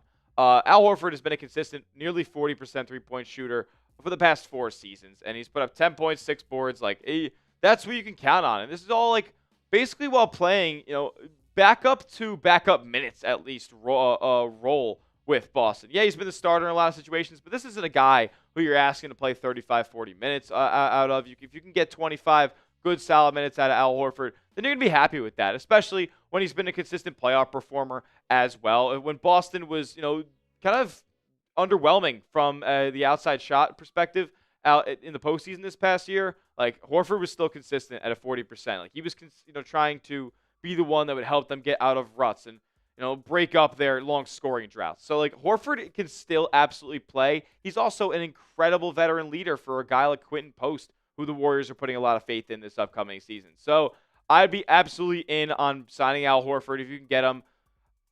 He is going to be a little bit expensive, though, as per the deals that we have seen. Brook Lopez getting $9 million a season. Looney getting $8 million a year as well. So Horford, I could see easily in the ballpark of a $10 million contract. In that case, should the Warriors sign Al Horford? Why for yes and for no? You let me know what you guys think about the Warriors' pursuits of number 42 down in the comments section. Should he come to the Bay Area to compete and really fit in well within this Warriors movement offense and being a stretch 5 within the system who can also defend as well, even at age 39, and switch. He is still that good. Let me know why for yes and for no. Should this Warriors sign Al Horford or not? Well, if before they can, I think we probably have to figure out this Jonathan Kuminga situation. This is the holdup for the Warriors offseason. Kawakami is going at it with all these different Warriors fans barking at him on Twitter, talking about the whole Kuminga saga and all this. I think this has to be the domino that must fall in order for Golden State to maybe even sign Al Horford for a $10 million deal, because you don't know what's going to happen or what exceptions you'll have access to if, in fact, Kuminga ends up getting re-signed by Golden State. So this is a very, very tricky situation, and I'm very curious to see what all goes down. Oh, again, Mark Spears over on ESPN during the free agency special last night did say the following. So there seems to be some optimism in the Warriors camp that he will re-sign. He will be a restricted free agent. The market's not great for him. As one NBA GM told me, what has he proven to be worth what his agent wants, which is $25+ million? Who has that money for him? Why does he deserve that? Look, man, the market's not big for Kuminga, and I'm not sitting here trying to take victory laps or anything, but this is what I've been saying for the past few months. He didn't get a deal on day one, and we'll talk about that in just a second and what that means for his future prospects, but there aren't a lot of teams in the running. Slater said, Heat Bulls, and we've heard maybe Pelicans Kings. Not a lot of teams are throwing big bags at Jonathan Kuminga, and the Warriors seem to have a little bit more value in him than maybe a lot of other people think. Or a lot of other people have value in him. We know how much Joe Lacob loves him. He said it's going to take a lot for him not to match. I think no matter what contract he gets, if it's $25 million from another team, Mike Dunleavy has to do what's best, threaten to match the deal, and make a sign and trade happen, even though I don't love a lot of the packages that could come back. Ramona Shelburne said this on ESPN. So I think the Warriors want him back. The question is, does he want to be back? I know there are some teams that like Jonathan Kuminga. They just don't have the cap space, so it has to be a sign and trade. And from what I understand, the Warriors are not going to give him up for assets they don't like in return. They want to keep him unless they get something great back for him. I don't know what's going to be great. If they get a Kyle Anderson and Johanny Jaquez package, they're not taking that for Kuminga. They're going to re-sign him for that. There are some rumors about a 3 for $60 deal, maybe with a player option on the 3rd year. Mark Spears was speculating that.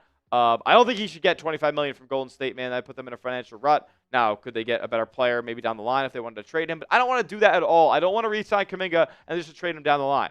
Look, the issue here is the Warriors really can't make many financial deals this offseason until they know what the Kuminga future looks like. They can't make a another trade or a big swing trade if they don't have outside of Kuminga. What if they decide to flip the assets they get back in the sign and trade for JK? That could be a possibility as well. I don't know what's in store for Golden State, but I don't think they know either until they figure out what's going on with JK, and that could end up being a little while now as these teams that even have interest in them reportedly are kind of fading. Barry Jackson, the most tapped in Miami sports insider in the world. He's the biggest Heat insider out there. With regard to the stuff out there, he have not been preparing, a trade for for DeMar DeRozan to this point. And then Kuminga would love a Heat pursuit, but Miami has declined to pursue at this point. Like, the Heat aren't really in, and we have heard nothing on the Chicago Bulls front. I don't really know if this is coming to a resolution anytime soon. And then we saw this from Tim Kawakami, who kind of put it all in perspective a little bit, talking about how Kaminga didn't get a deal done on the first day of free agency, saying while the top teams of the West changed into day one of free agency, the Warriors, they were stuck waiting for a Kaminga resolution, shopping on the discount aisles, and like they can't even necessarily sign Al Horford before a Kaminga resolution happens. He quoted it and said, if Kaminga was going to get a big enough offer from another team to really fire the starting gun for the Warriors offseason, it probably would have happened yesterday. But it didn't. So there's no market for Jonathan Kuminga. The Warriors seem stuck. He thinks he's worth more than he's going to get in free agency. And until that number comes down, I'm not so sure that the Warriors are going to see anything happen here. Like, they should hold firm. They should wait him out if they want to bring him back. And, look, I can't make that decision for them. If the Warriors want to bring Jonathan Kuminga back, then they should just wait him out as long as you possibly can. Now, is that going to limit what you could get back in a sign and trade? Like, if the number gets down to, $20 million, $18 million a year, then if you sign and trade him this offseason, you can only take back $9 to $10 million. So that's not exactly ideal as far as value you could get back on the court for JK. But I think both sides need a resolution very, very soon so Golden State can get into what they need to do financially this offseason. They'll have the full non-taxpayer mid-level exception, the biannual exception to maybe go sign an Al Horford or, go sign a bigger fish with that $14 million that they have at their disposal. And then they'll have another $9 million player on the roster. Like, there will be marginal upgrades to this Warriors roster if they could agree on a Kuminga sign and trade.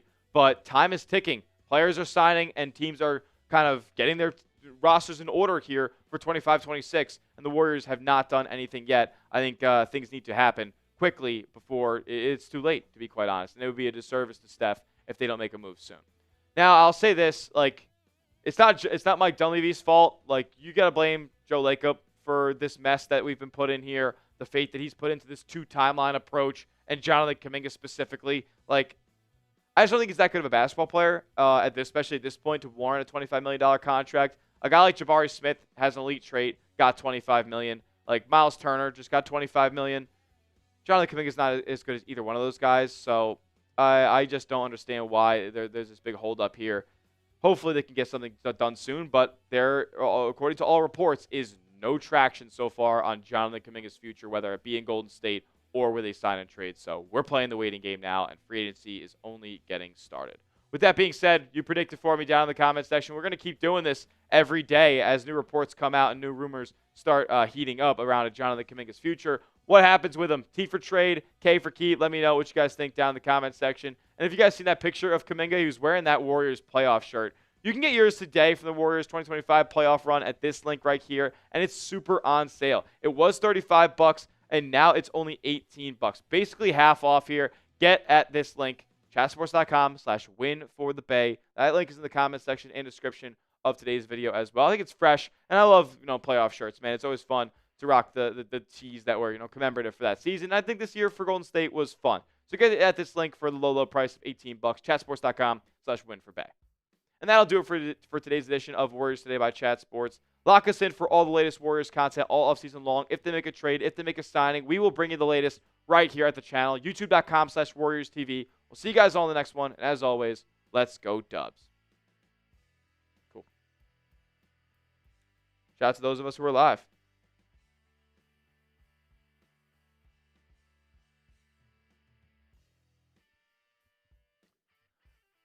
It was 12 minutes, 13 minutes, somewhere around there.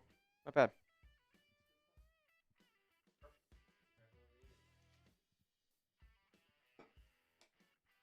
Nothing yet. All quiet on the Warrior front.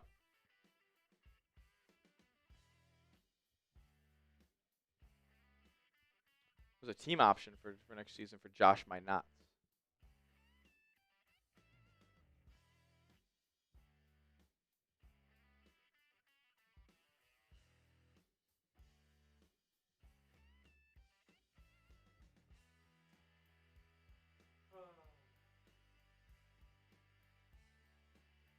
I don't know, man.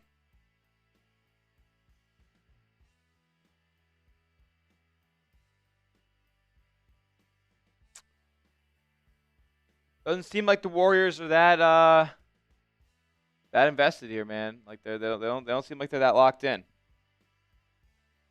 This is gonna take a couple days.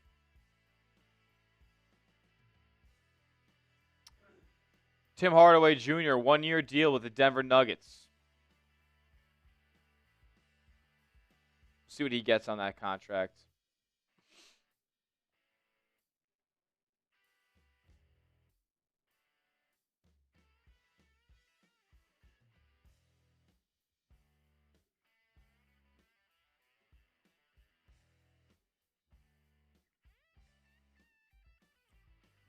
I don't know.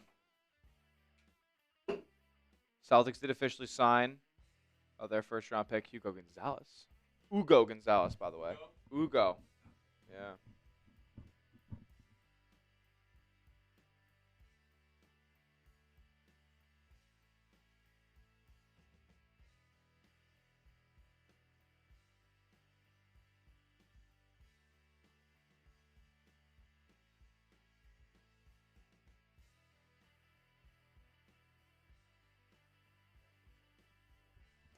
Yeah, I am bored.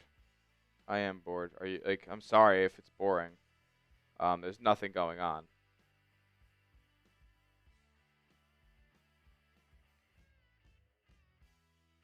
You guys could ask me questions about whatever you want. Honestly, like Warriors related, NBA related. We also get 300 likes. We're 40 away from that. Hit the like button if you haven't already. Yeah, Tim Hardaway Jr. to the Nuggets.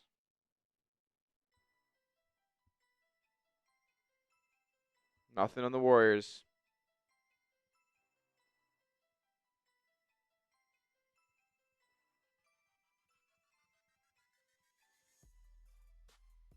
Nuggets look good, man.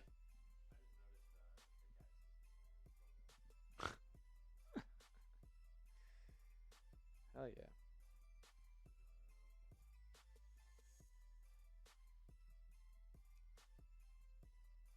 This is unfortunate here, man. No. Could Giannis come to the Bay? No. That's it. That's all I'm saying. No. Zero chance. Zero chance. Not a zilch. None.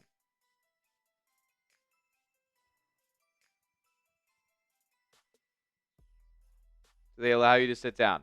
No. Is Patty Mills a restricted free agent? I don't think so. I think Patty Mills is done. LeBron coming to the Bay. I actually think there's like a non-zero chance, like more of a chance than Giannis. Oh, low key. If they traded Jimmy, like they could in theory trade Jimmy Butler. That wouldn't be very nice, but they could. I don't think the Lakers would accept that.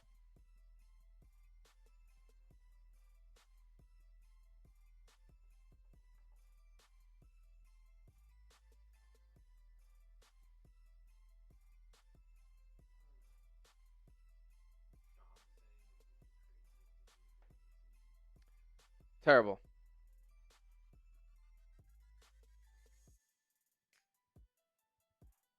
I don't know.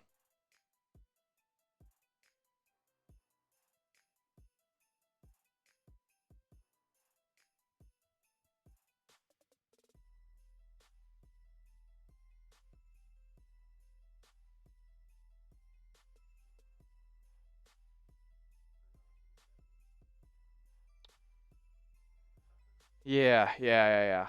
We'll do a shotgun race if we get to a $20 super chat here in the next 5 or so minutes. 5 minutes on the clock. If not, we'll sign off. We got some other videos to get to on the channels today. We're gonna post that Warriors video that we just did, and we're gonna keep on Kaminga watch. We'll get some stuff prepped for that as it could happen in the next few days. So we'll see. We'll see. But yeah, if you guys, unfortunately, like nothing's happening with Golden State, man, and like nothing's gonna happen until Kaminga's off season, future is decided. And hopefully Golden State sees this now. Like, there are some free agents still available, but not a lot. Not a lot. And maybe, who knows? Maybe they get involved in trades this offseason, but we'll see.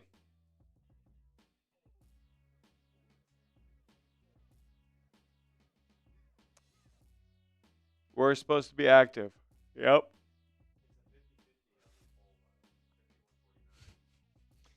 Yeah. They're not doing anything today.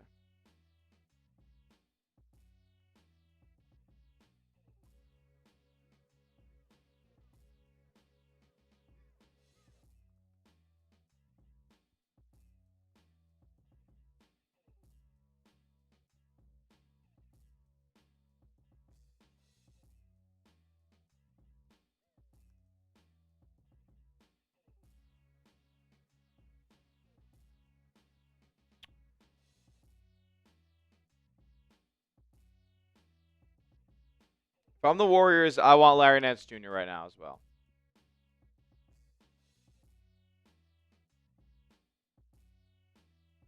Golden State has shown interest in Precious Achiuwa and Larry Nance Jr. But this is on NBA Trade Report, which is like low-key. Yeah, low-key like a Centel.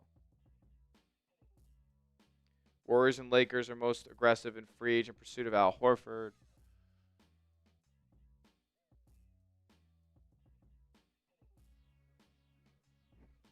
Bucks, Hawks, Nuggets, and Rockets kind of all going all in this offseason. The Warriors are not doing anything.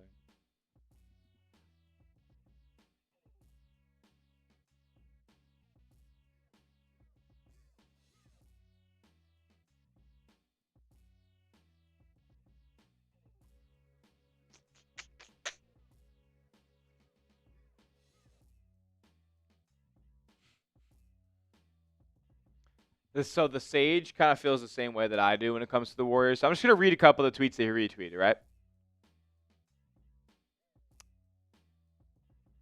Let's see.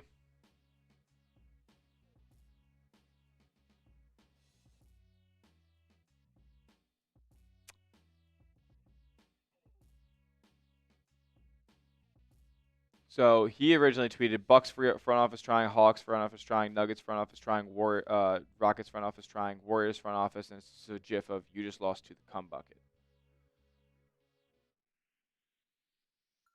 And then somebody replied saying, you all sound ridiculous. You don't understand that a big move was just made during the last transaction window to acquire Jimmy Butler, and that the contract extension for Butler meant that they wouldn't be able to add free agents? Warriors fans are ridiculous. And somebody replied, and Sage retweeted, that's inaccurate. Butler's extension does not preclude adding free agents. Quite literally, they have the mid-level exception. The Warriors can free up space by not re-signing any of their free agents, Looney to the Pels. They can also trade players, and they're free to renegotiate and structure contracts as needed. They can. They haven't yet. And then somebody tweeted out, they don't value Curry the way other teams value their franchise player. Curry just isn't just your best player. He's a once-in-a-lifetime mega superstar that doesn't come along too often.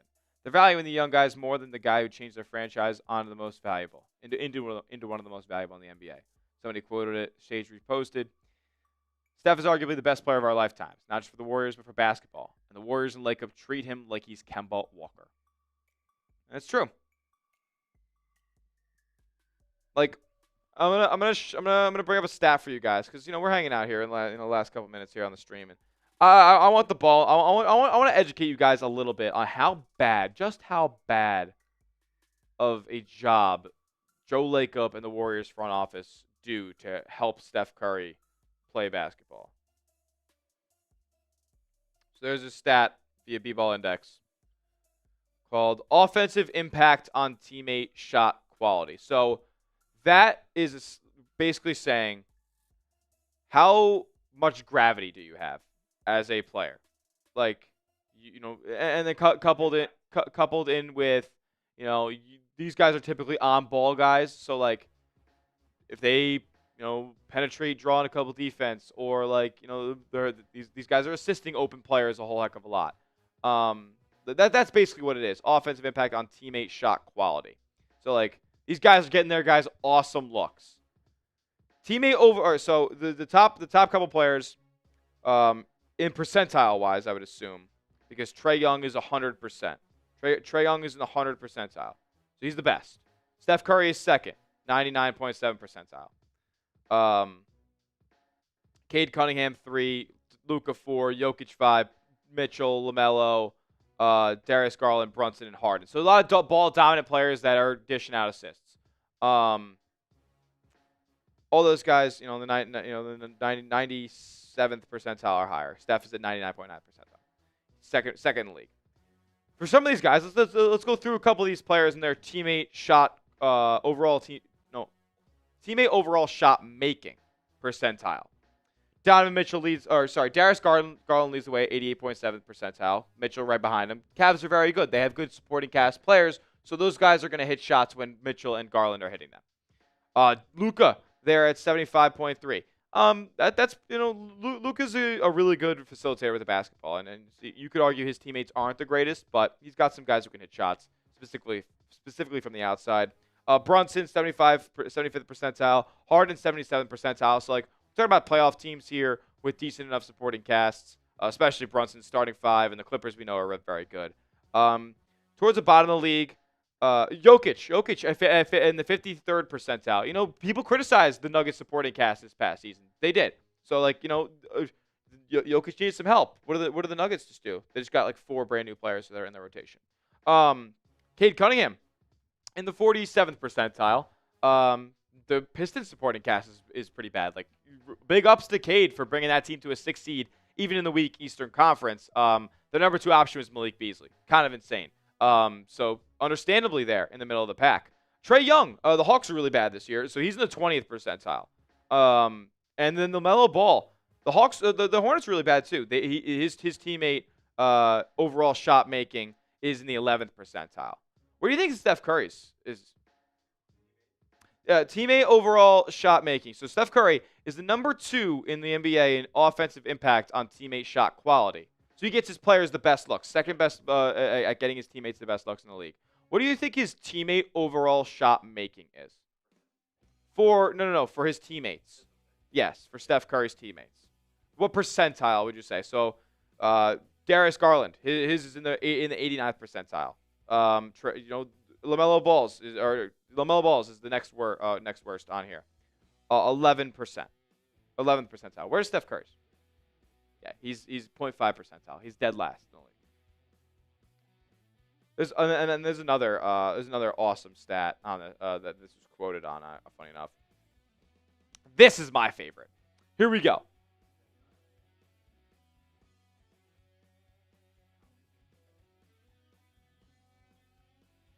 Here we go. We have some other awesome stats about the Warriors supporting cast. And I want to see.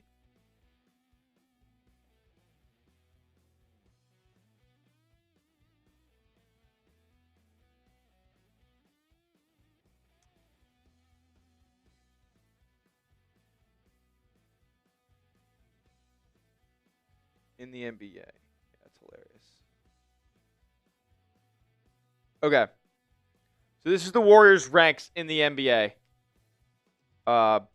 Basically in the half-court offense. They rank dead last in half-court shot creation, mid-range shooting talent, mid-range shot creation, overall shot creation, put-back points per possession, rim shooting talent, rim shot making, self-created shooting talent, self-created shot making, and self-created shot making efficiency. They are the worst half-court offense in the league. They have the biggest collection of zero-bag players in the NBA, the Golden State Warriors do. That is damning, and that is disrespectful to a top 10 player that's ever walked the planet.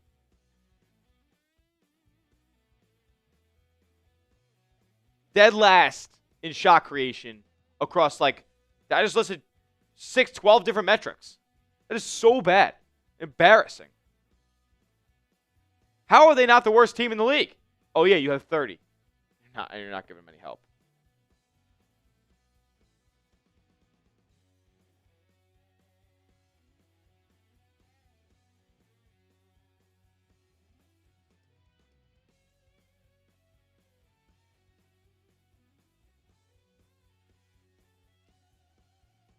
So that's that about my Warriors rant. Like, look, I can't go make moves for them right now, so I just tried to go live in the middle of the day, see if something will break.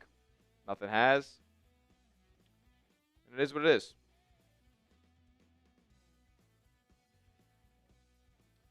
We are 7 likes away from 300. If you guys want to, if I would really appreciate it if you guys go down below, hit the thumbs up icon if you haven't already. Like the video. We need 7 more likes to get to 300.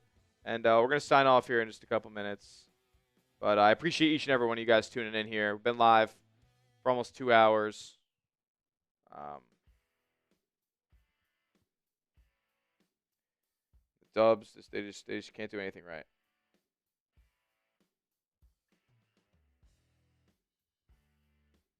Make sure you are subscribed to the channel as well. We bring you Warriors content all offseason long.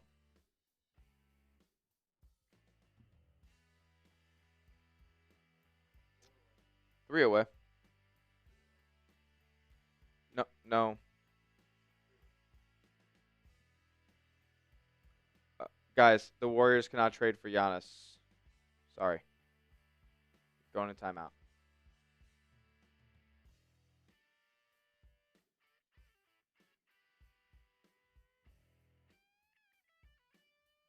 Yeah, Giannis is not happy with them releasing Lillard, but he's still not leaving. Nowhere did he say that was a trade request. Shout out to you guys getting us 300 likes. That's love. I wish the Warriors would do something, but this Kuminga stuff's going to take a while.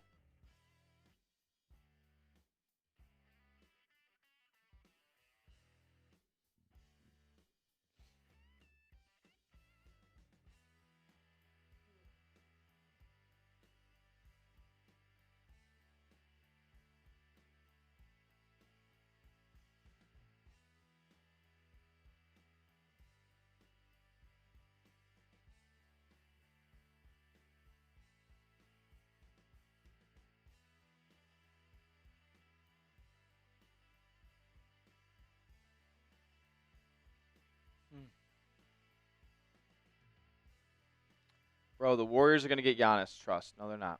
Number of days left in free agency? Forever. There's no end date. But teams are signing players, man. Wells are drying up, and the Warriors haven't done a thing yet.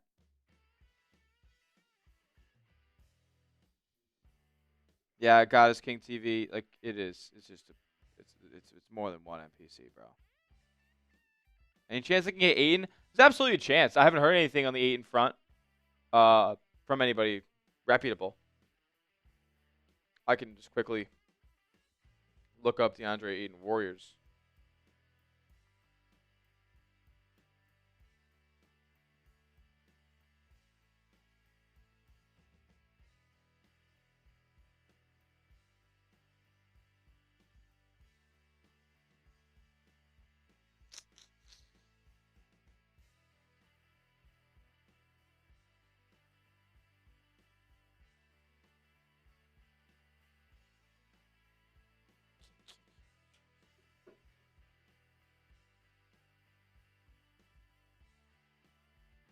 Could be a target for the Pacers now that they lost Turner.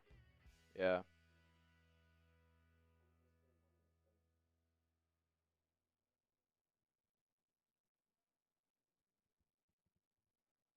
What's that? Well, Ayton's not going to get any more than the mid-level. So we'll see if they have that. But yeah, Ayton's probably not on the radar right now.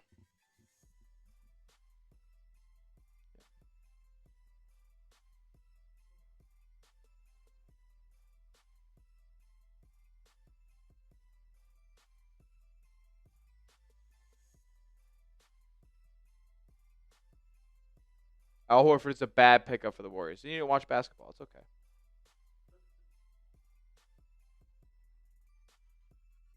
Who do I believe the Dubs should target? I have no idea because I don't know what exceptions they're going to be able to use. Because I don't know what's happening with Jonathan Kuminga. What is Steph Curry thinking right now? Fuck.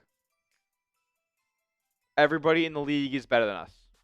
There are 6 teams in the West that are definitively better than the Golden State Warriors. Oklahoma City, Houston, Denver. You could argue Minnesota. They just beat them. Clippers and Spurs could be better. Mavericks could be better.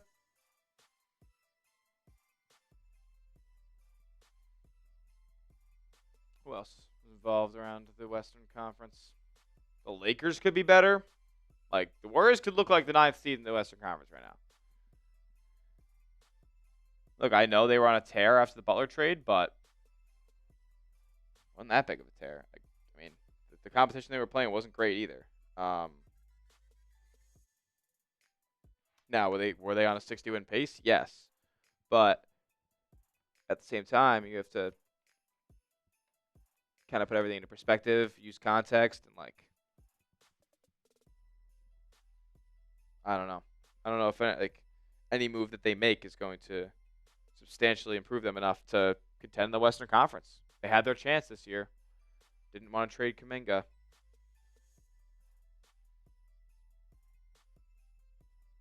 Or Pajemski last offseason.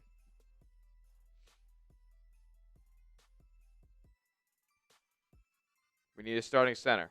But how many good centers are left? Not many.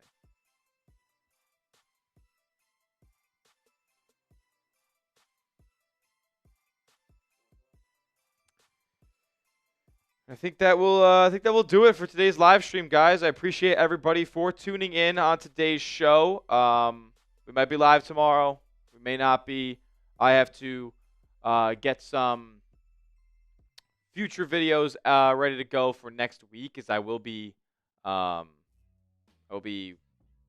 back home visiting my family back for a week. So hopefully Kaminga stuff happens before Friday. I doubt it. At this point. But make sure you guys are subscribed to the channel, because if anything goes down or any of the rumors heat up, we will bring you a video right here at Warriors Today. Like I said, hit that subscribe button, turn those notifications on. We'll see you guys in the next one. Go Dubs.